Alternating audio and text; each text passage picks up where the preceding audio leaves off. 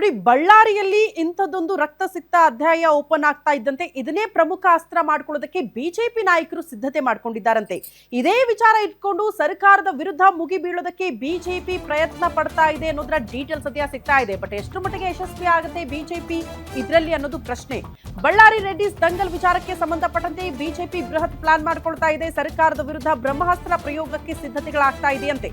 ಅಂದು ಸಿದ್ದರಾಮಯ್ಯ, ಇಂದು ವಿಜೇಂದ್ರನ ರಾಜ್ಯ ಬಿಜೆಪಿಯಲ್ಲಿ ಪಾದಯಾತ್ರೆ ಪಾಲಿಟಿಕ್ಸ್ ಬಗ್ಗೆ ಚರ್ಚೆಗಳಾಗ್ತಾ ಇದೆ ಅನ್ನೋದರ ಡೀಟೇಲ್ಸ್. ಸತೀಶ್ ರೆಡ್ಡಿ ಹೇಳಿಕೆಯನ್ನ ಗಂಭೀರವಾಗಿ ತೆಗೆದುಕೊಳ್ಳಿ ಅಂತ ಬಿಜೆಪಿ ನಾಯಕರು ಸಿದ್ಧತೆ ಮಾಡ್ಕೊಳ್ತಿದ್ದಾರೆ. ಸತೀಶ್ ರೆಡ್ಡಿಗೆ ತಕ್ಕ ಉತ್ತರ ಕೊಡಲೇಬೇಕು ಅಂತ ಕೇಸರಿ ನಾಯಕರು ಸಿದ್ಧತೆ ಮಾಡ್ಕೊಳ್ತಾ ಇದ್ದು, ಕಾಂಗ್ರೆಸ್ಗೆ ಪಾದಯಾತ್ರೆಯಿಂದ ಚೆಕ್ಮೇಟ್ ಕೊಡಿ ಅಂತ ಸಲಹೆ ನೀಡಲಾಗಿದೆಯಂತೆ.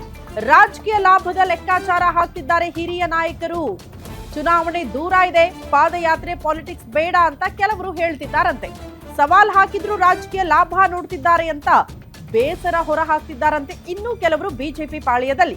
ಅಲ್ಲಿಗೆ ಬಳ್ಳಾರಿ ರೆಡ್ಡಿಸ್ ದಂಗಲ್ ವಿಚಾರಕ್ಕೆ ಸಂಬಂಧಪಟ್ಟಂತೆ ಬಿಜೆಪಿಯಲ್ಲಿ ಹಂಗಾದ್ರೆ ಗೊಂದಲ ಇದೆಯಾ? ಇದನ್ನ ಅಸ್ತ್ರ ಮಾಡ್ಕೊಳ್ಬೇಕಾ ಬೇಡ್ವಾ? ಈ ಸಂದರ್ಭಕ್ಕೆ ನಾವು ಪಾದಯಾತ್ರೆ ಕೈಗೊಳ್ಬೇಕಾ ಬೇಡ್ವಾ ಅನ್ನೋದ್ರ ಬಗ್ಗೆ ಇನ್ನೂ ಕ್ಲಾರಿಟಿ ಸಿಕ್ಕಂಗೆ ಕಾಣಿಸ್ತಾ ಇಲ್ಲ. ಹಂಗಾಗಿ ಇದ್ರ ಬಗ್ಗೆ ಒಂದು ಕ್ಲಾರಿಟಿ ಸಿಕ್ಕ ಬಳಿಕ ಸರ್ಕಾರದ ವಿರುದ್ಧ ಮುಗಿ ಬೀಳೋದಕ್ಕೆ ಇದೇ ಬ್ರಹ್ಮಾಸ್ತ್ರ ಆಗುವಂತ ಸಾಧ್ಯತೆಗಳು ಇದೆ ಅಂತ ಹೇಳಲಾಗ್ತಾ ಇದೆ.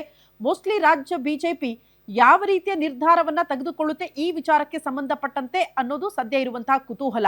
ಪದೇ ಪದೇ ಪ್ರಮುಖ ಅಸ್ತ್ರಗಳು ಬಿಜೆಪಿ ಪಾಳೆಯದಲ್ಲಿ ಸಿಗ್ತಾ ಇದೆ, ಬಟ್ ಅದನ್ನ ಸರಿಯಾಗಿ ಪ್ರಯೋಗ ಮಾಡ್ತಾ ಇಲ್ಲ ಬಿಜೆಪಿ ನಾಯಕರು ಅನ್ನೋದು ಬಹಳ ಸ್ಪಷ್ಟ. ಗೊತ್ತಿಲ್ಲ ಬಳ್ಳಾರಿ ವಿಚಾರವನ್ನ ಹೆಂಗ್ ತೆಗೆದುಕೊಂಡು ಹೋಗ್ತಾರೆ ಮುಂದಿನ ದಿನಗಳಲ್ಲಿ ಅಂತ.